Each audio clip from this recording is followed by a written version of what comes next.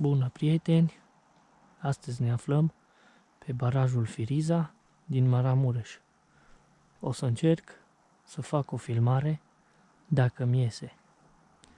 Prima mea filmare.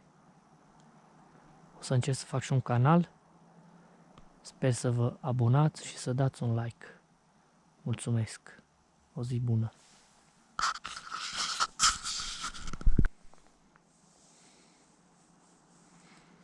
Se lasă seara încet. Noi încă pe baraj. M-am întâlnit cu un băiat din Sălaș și el la pescuit pe aici. Deocamdată numai 2 trăsături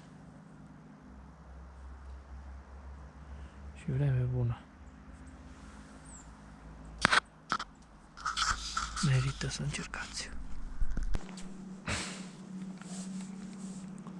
Am avut și prima prezentare. Probabil a fost unul mic.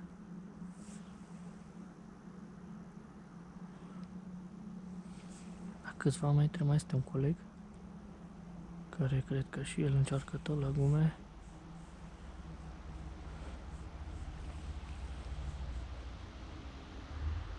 Zona în care mă aflu e de vis.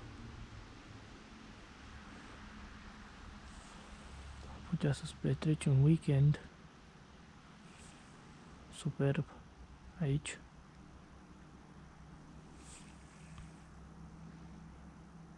Complexul Lostița este un pic mai sus. Poți să mănânci un păstrăv delicios. Sau, dacă avem noroc, dacă avem noroc, dar n-am avut. Uite, ceva prezentare.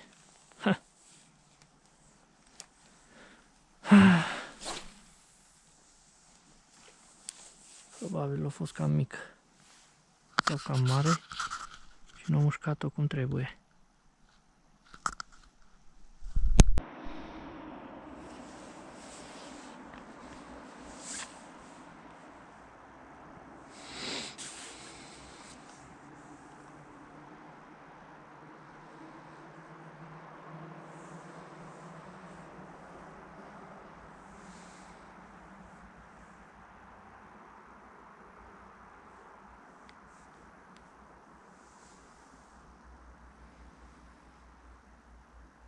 Noapte bună. Asta a fost partida pe astăzi. 2 mișcări, în rest, pauză totală. O singură lumină se mai vede. O seară bună.